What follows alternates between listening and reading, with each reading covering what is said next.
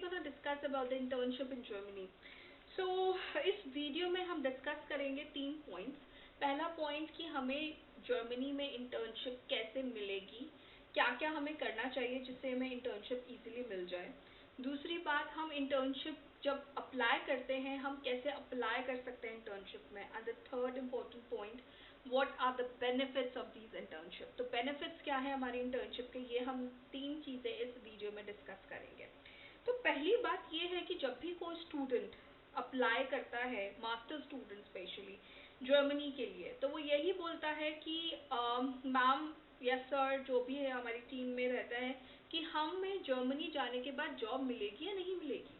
That's the main question. दूसरा question उनका दिमाग में ये होता है कि हमें स्टे बैक कितना मिलेगा. तो जर्मनी में 1.5 साल का स्टे बैक है, बट यूरोपियन कंट्रीज में 1 से 1.5 साल का स्टे बैक है ही है. तो जर्मनी में आपको जॉब मिलना तभी आसान होगा जब आप इंटर्नशिप करेंगे. इंटर्नशिप जब आप 2 से 3 इंटर्नशिप कर लेते हो, बिलीव मी जॉब करना बहुत आसान हो जाता है. क्यों? हमने अगर इंडिया से बैचलर्स की है तो बैचलर्स में हम क्वालिफाइड हैं.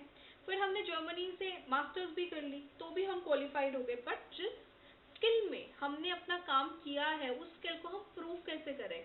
हम उस स्किल को तभी प्रूव कर सकते हैं ना जब हमने बैचलर्स में कोई मास्टर्स में कोई प्रोजेक्ट किया हो, थीसिस करी हो, किसी कंपनी में जॉब करी हो. तो वो प्रूव करने के लिए हमें इंटर्नशिप करनी बहुत बहुत ज़रूरी है. और उससे क्या होता है कि कंपनी को ये आइडिया हो जाता है कि चलो ठीक है, इसने 2-3 कंपनीज में इंटर्नशिप करी है तो इसको काम आता ही होगा. अब बात आती है कि चलो ये हम इंटर्नशिप करने के लिए तैयार हैं, बट हम इंटर्नशिप अप्लाई कैसे करें.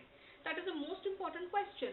तो देखिए, सबसे पहले मास्टर स्टूडेंट्स को ये समझना है कि मैं इस पर्टिकुलर कोर्स के लिए जा रहा हूँ और इस पर्टिकुलर कोर्स में ये मॉड्यूल मैं पढ़ूंगा और इस मॉड्यूल में मेरे को इंटर्नशिप करनी है. ये माइंडसेट आप अपना प्लीज़ इंडिया से ही क्लियर करके चलो, तो आपको जर्मनी जाके टाइम बच जाएगा. ठीक है. तो जब हम जर्मनी में जाएंगे तो सबसे अच्छा रिस्पॉन्स जो मुझे खुद को आज तक मिला है जॉब के लिए और इंटर्नशिप्स के लिए जब मैं जर्मनी में थी, is through LinkedIn.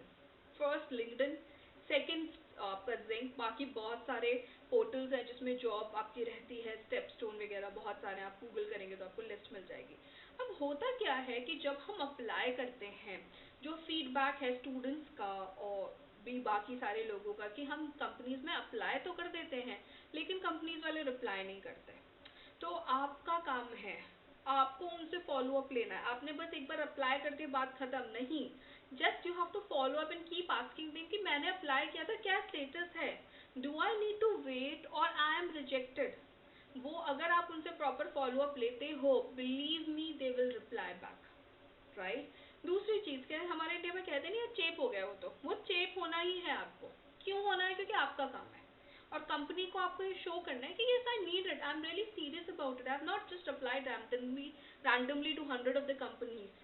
I have applied because I'm really keen to work with this company.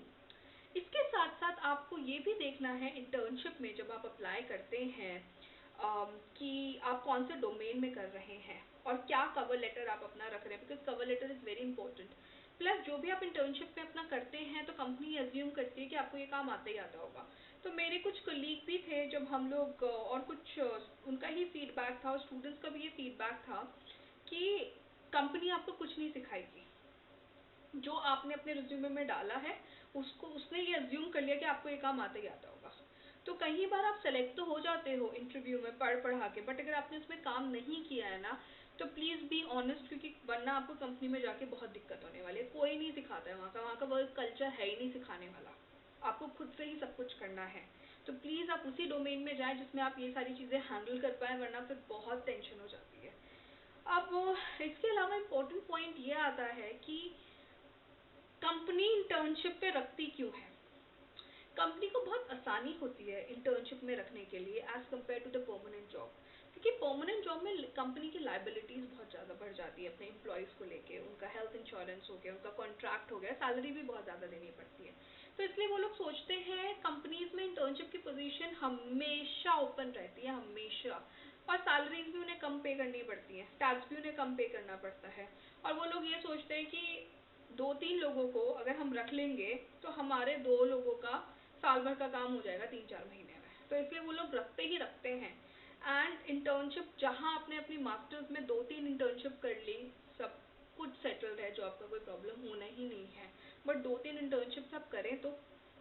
अब बात आती है कि फ़ायदे क्या हैं इंटर्नशिप के, वो मैंने ऑलरेडी आपको बता ही दिया है। आप अप्लाई कैसे कर सकते हैं वो भी बता दिया है।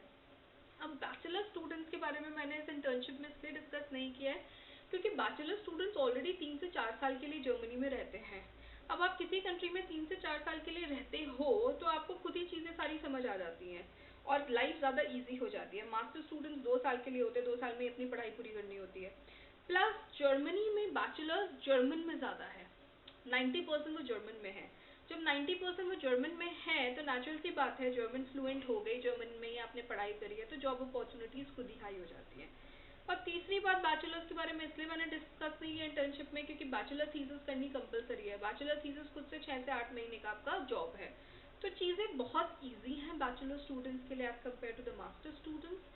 एंड बाकी तो आपको कोई भी क्वेश्चन हो job seeker visa, employment visa या मास्टर्स इन जर्मनी के लिए जिसमें आपको एप्लीकेशन अपनी प्रोसेस करनी हो मास्टर्स के लिए, we would be really happy to help you out. You can take our services. Our team would be happy to assist you. You can write down a comment. You can call us. You can mail us. आप हमें call कर सकते हैं, mail कर सकते हैं. बाकी please do like my video if you like if you like the content, and please subscribe the channel. Thank you.